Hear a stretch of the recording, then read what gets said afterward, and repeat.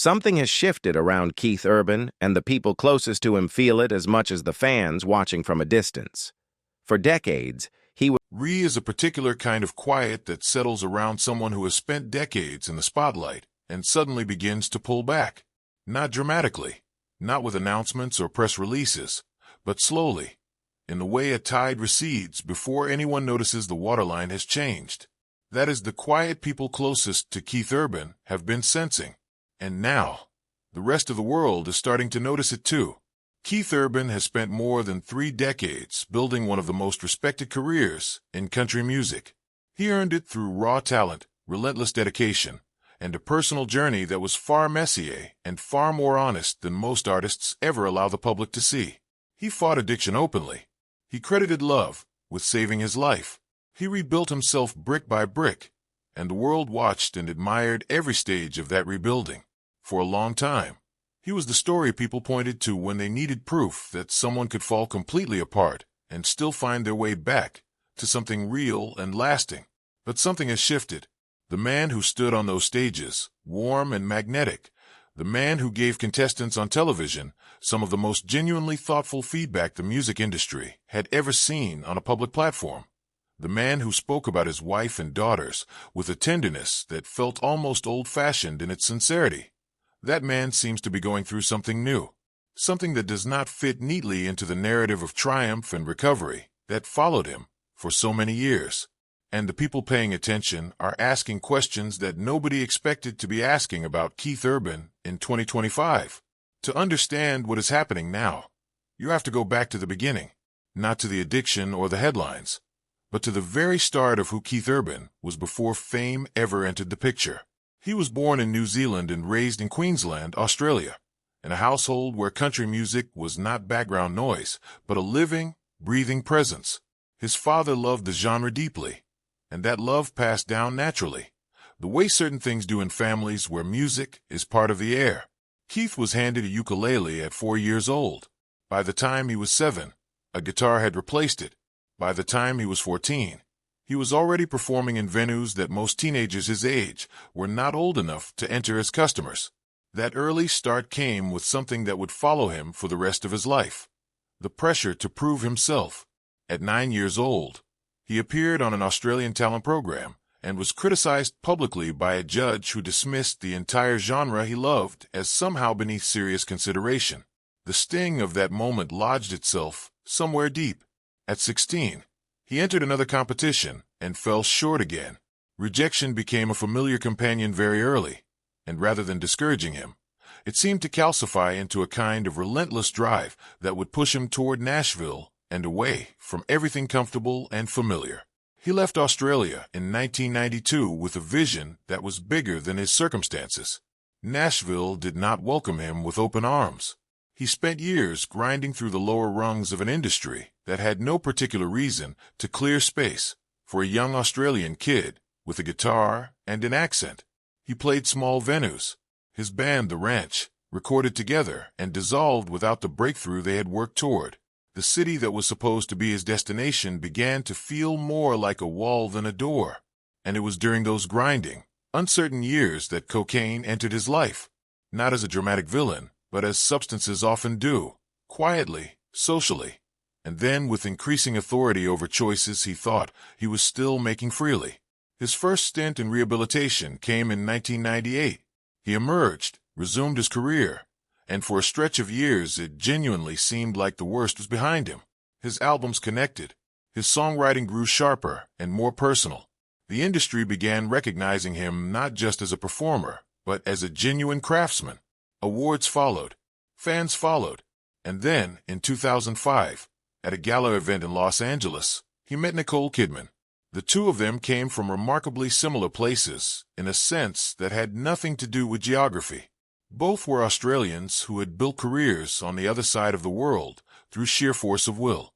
Both carried the kind of professional discipline that comes from learning early that nothing is handed to you.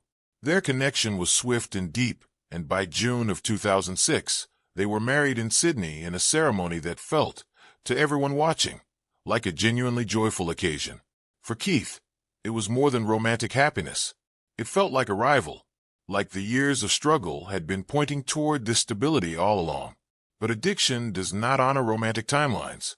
Within months of the wedding, Keith relapsed. The substances he believed he had left behind returned, and with them came the emotional distance and deterioration that Nicole recognized before he was willing to admit it to himself. What happened next said everything about both of them and about the relationship they had built. Nicole did not simply wait for the situation to resolve itself. She gathered the people Keith trusted most and staged an intervention, not from a place of anger or ultimatum, but from a place of steady, unwavering love. Keith has spoken about that moment in interviews over the years, and the weight of what it meant to him has never diminished in the telling. He checked into treatment in October of 2006. He emerged in early 2007 a different man, or at least a man genuinely committed to becoming different. What followed was, by any measure, one of the more remarkable sustained periods in contemporary country music. Album after album carried the emotional fingerprints of someone doing serious internal work. His sound evolved and expanded, incorporating pop sensibilities, rock energy, and production choices that pushed well beyond what the genre's traditionalists expected from him. He was not chasing trends. He was following wherever his honesty led him, and audiences responded to that authenticity in ways that kept him relevant long after many of his contemporaries had faded or calcified into nostalgia acts. Television introduced him to an even wider audience. His role as a coach on The Voice Australia in 2011 revealed something fans had sensed but never quite seen this clearly. Keith Urban was a genuinely gifted mentor. He listened. He gave feedback that was direct without being cutting, encouraging without being dishonest. He brought to that role everything he had learned about failure and resilience and the long, nonlinear work of becoming better at something you love. It was not performance. It was the real thing. His later tenure as a judge on American Idol deepened that reputation further. In a panel that included some notoriously combustible personalities, Keith became the steady center. The Voice contestants sought out when they needed sincerity rather than spectacle. His personal life in these years appeared to match the stability of his professional one. He and Nicole raised their daughters with a protectiveness that both of them were vocal about. When Nicole was knocked down by a photographer on a New York sidewalk in 2013, Keith's public response was measured and dignified, but it revealed the depth of frustration he carried about the way fame erased the boundaries between public and private life. He was not angry in the way tabloids might have wanted him to be. He was something quieter and more unsettling, genuinely exhausted by the cost of being watched so relentlessly. That exhaustion, it turns out, was not a passing mood. It was a signal of something accumulating beneath the surface. The years between 2013 and 2025 were productive and successful by every external measure. Las Vegas residencies, major tours, continued critical recognition, a creative output that never seemed to slow. But people who knew him noticed that the energy required to maintain all of it was not unlimited. The performances never suffered. The public persona never slipped. But the human being behind all of it was carrying more than he was letting on, and the weight of it was quietly adding up in ways that would eventually become visible.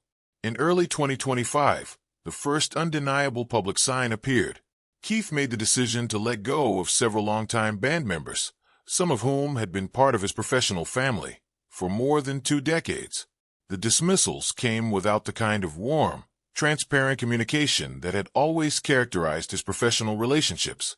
There was no farewell tour moment, no public acknowledgement of the years those musicians had given to his career. For people who knew how Keith had historically operated, it was jarring, not because personnel changes are unusual in the music industry, but because of how unlike him the coldness of the process felt. Around the same time, observers began noticing changes in his live performances. Songs he had performed hundreds of times began arriving on stage in altered forms. Lyrics that audiences knew by heart showed up rewritten or restructured in ways that felt pointed rather than playful. For a man whose most celebrated work had always been deeply personal, these alterations read as more than artistic experimentation. They felt like a man actively renegotiating his relationship with his own past, with what those songs had once meant and perhaps no longer did, or no longer could. The most significant development of 2025 involved his marriage. After nearly 2 decades, Keith Urban and Nicole Kidman's relationship came to an end. It is important to be clear about what is and is not known here. What has been widely reported is that the separation occurred and that it represented a profound rupture in a partnership that had defined both of their adult lives in meaningful ways. What is not worth speculating about are the private details, the reasons, the conversations that led there. Those belong to the two people who lived them. What can be said honestly is that the end of a 19-year marriage, for anyone, is not a small thing. For someone whose sobriety, sense of self, and emotional architecture had been so deeply intertwined with that relationship, it represented a reconstruction of identity at a scale that few people navigate easily or quickly. What is striking about the public version of Keith Urban in the aftermath is not collapse. It is not scandal. It is something harder to name, and in some ways harder to watch. It is a man in transition who has not yet arrived anywhere new. The warmth that always distinguished him is still present when he performs. The talent is entirely intact, but there is something around the edges of his public presence now. A guardedness, a restlessness, a quality of someone searching for solid ground without being willing to announce that the ground has shifted. This is, in its own way, deeply human. The version of Keith Urban that the world fell in love with was always a man who had been through difficulty and come out on the other side. The story was legible and in its own painful way, beautiful. Man struggles. Man falls. Man rebuilds. Man becomes something better than he was before. It is one of the most enduring narratives in human experience, and Keith had lived it in real time in front of millions of people. But the part of that story nobody talks about enough is what happens after the rebuilding. What happens when someone who spent decades remaking themselves reaches a point where the rebuilt version also begins to feel insufficient, or constraining, or somehow no longer true to whoever they are becoming next. That is not failure. That is not relapse into old darkness. That is the messy, ongoing work of being alive and changing, which does not stop just because the first transformation was so publicly admired. Keith Urban at this stage of his life is not the young man who left Australia with a guitar and an impossible dream. He is not the addict who checked into treatment in 2006. He is not the grateful, humbled survivor who emerged from that treatment and spent the next 18 years building a life that looked, from the outside, like everything he could have hoped for. He is something more complicated than any of those versions. A man in his late 50s reckoning with questions that fame, success, sobriety, and even love cannot answer for you. Questions about who you are when you strip away the roles you have played for long enough that you stop noticing they were roles. What comes next for Keith Urban is genuinely unknown. That is not a comfortable thing for fans who have followed him for years and found in his story a kind of hope. But discomfort is not the same as disaster. A man working through something real and difficult is not a man lost. He is a man in the middle of the kind of change that, if he gets through it honestly, will produce something worth hearing. It always has before.